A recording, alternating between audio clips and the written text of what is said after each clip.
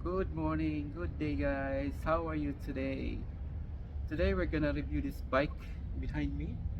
It's a NAICI Sports Air X1 model, and today it's hot. It's around 41 degrees here in Rim Park, Abu Dhabi.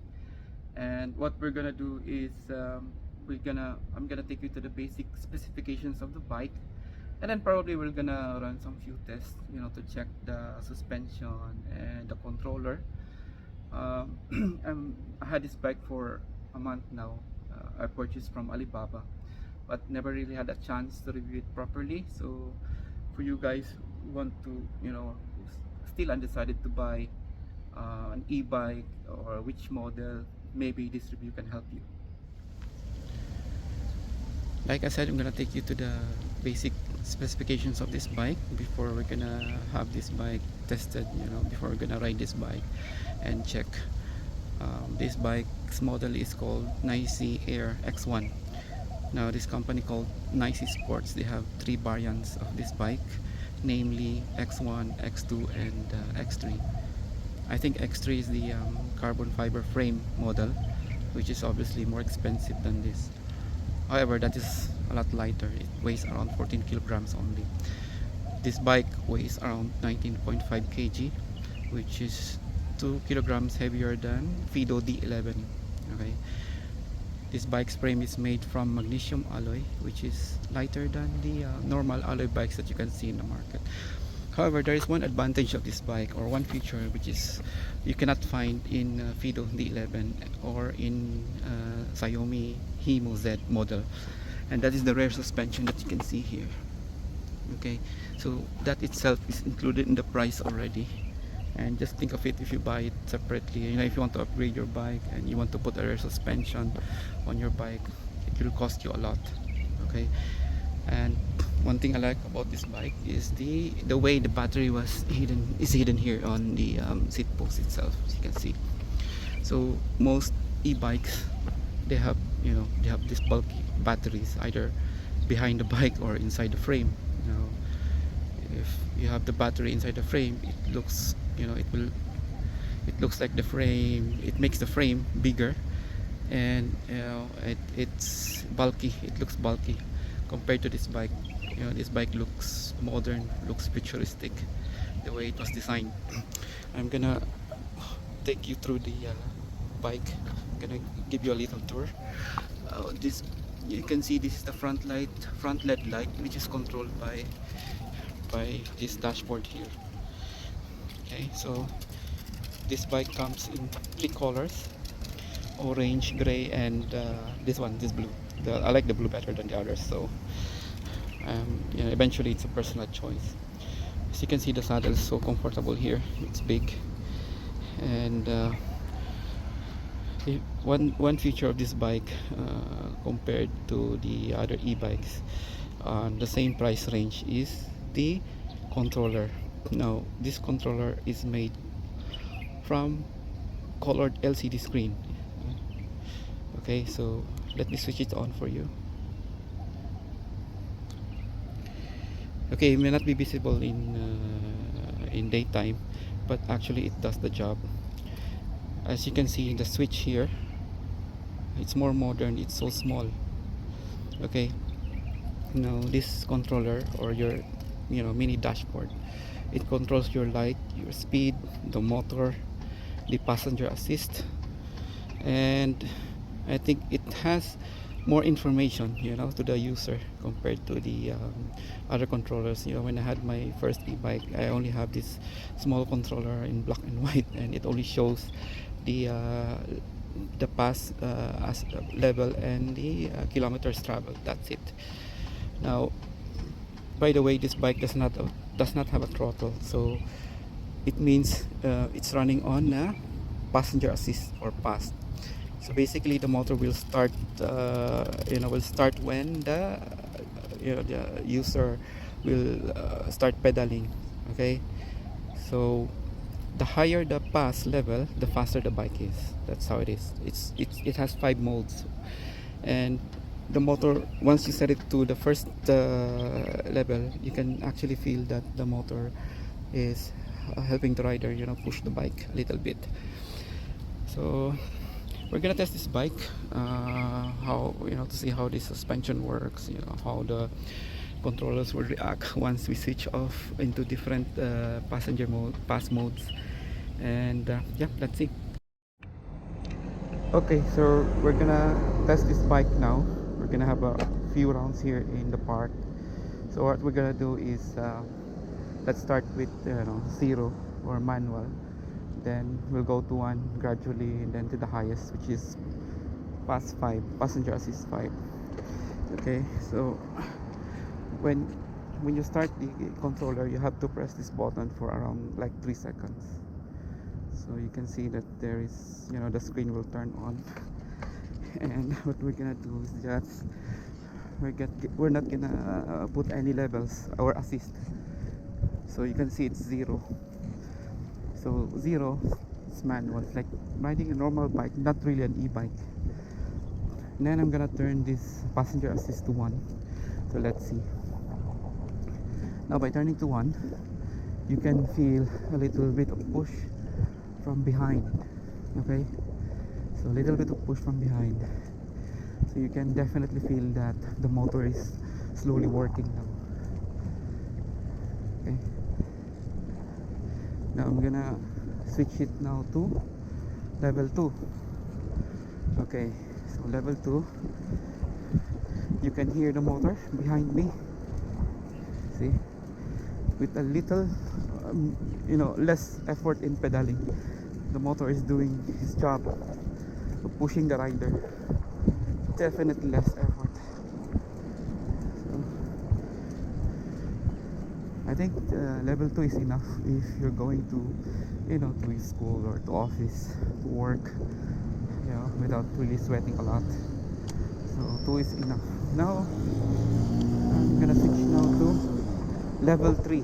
Okay, so level 3, yeah. Oh yeah, definitely it's like riding a e-scooter. Little bit of effort in pedaling, and the motor is doing its job. Okay, see, e-bike works like the faster you pedal, the faster the motor will push. So if you want to achieve like 30 or 40 kilometers per hour, you can also do that with level 3 of assist, because you just have to pedal faster. That's it. The rest will be done by the motor. Okay, now I'm gonna switch to level 4. Let's see. Okay, so fast.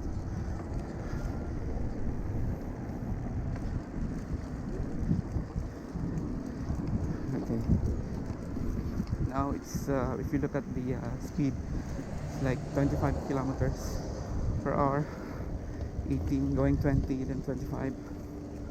Well, it depends on how fast you pedal. If you want, you can reach it to 40 kilometers per hour at this level. Yeah. I'm gonna slow down a little bit here. So just be mindful when you're setting, you know, or when you're adjusting your setting to the highest pass mode. Just be careful when, you know, just be mindful of your brake. You know, don't go for a sudden brake. You have to reduce the speed a little bit, then you brake. Okay, now I'm gonna switch to highest level, which is pass level 5. Okay, so I'm gonna switch to pass level 5 now. Right, so let, you know, little effort, like no effort at all. Even when pedaling, you just have to rotate the crankset. That's it. There's no strain on the leg. There's no you know, pressure. You just have to rotate the crankset, and you know, it will just run by itself. And it runs very fast. Say I can reach the speed to around 50 kilometers per hour, but you know, we're here in the park, so we are, you know, so there's not much space in this area. It's so fast.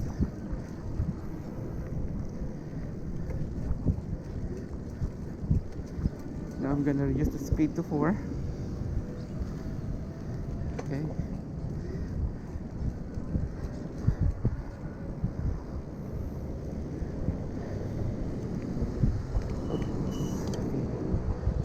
Right. Going back to 3. Just to test how to when you're reducing your passenger level. You know, how will the motor work? Does the motor reduce the push? You know. Um, Now I'm reducing to 2.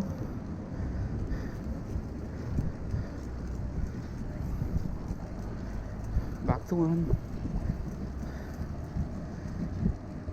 And then back to manual mode. Now it's 0.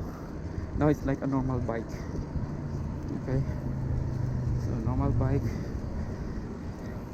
Obviously, you have to pedal more.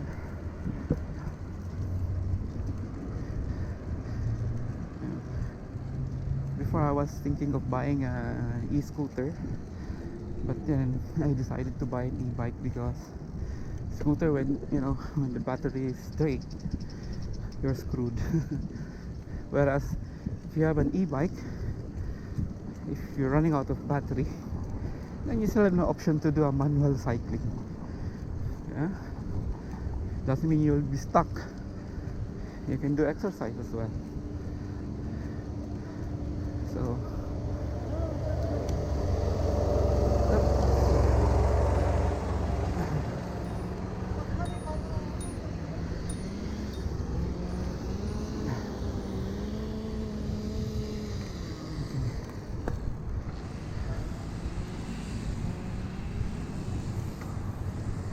So this is manual.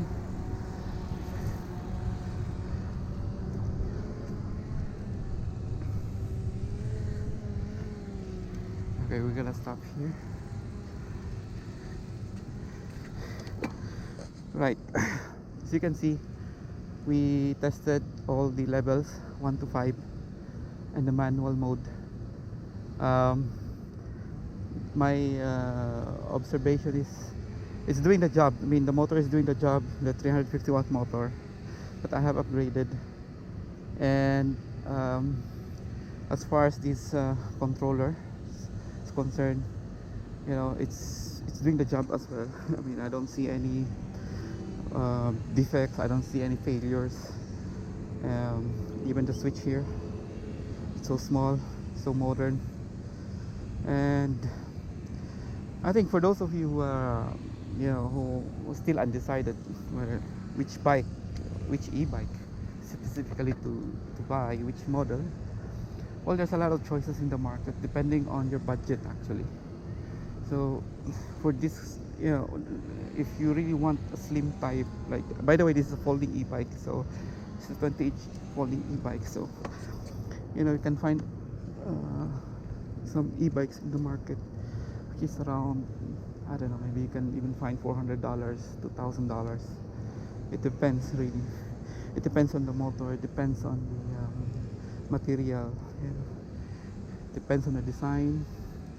So this bike has a similar price range with, I think, Fido D11. So but compared to Fido D11, this one is okay, at least in my experience. So that's it, guys, and thank you for watching.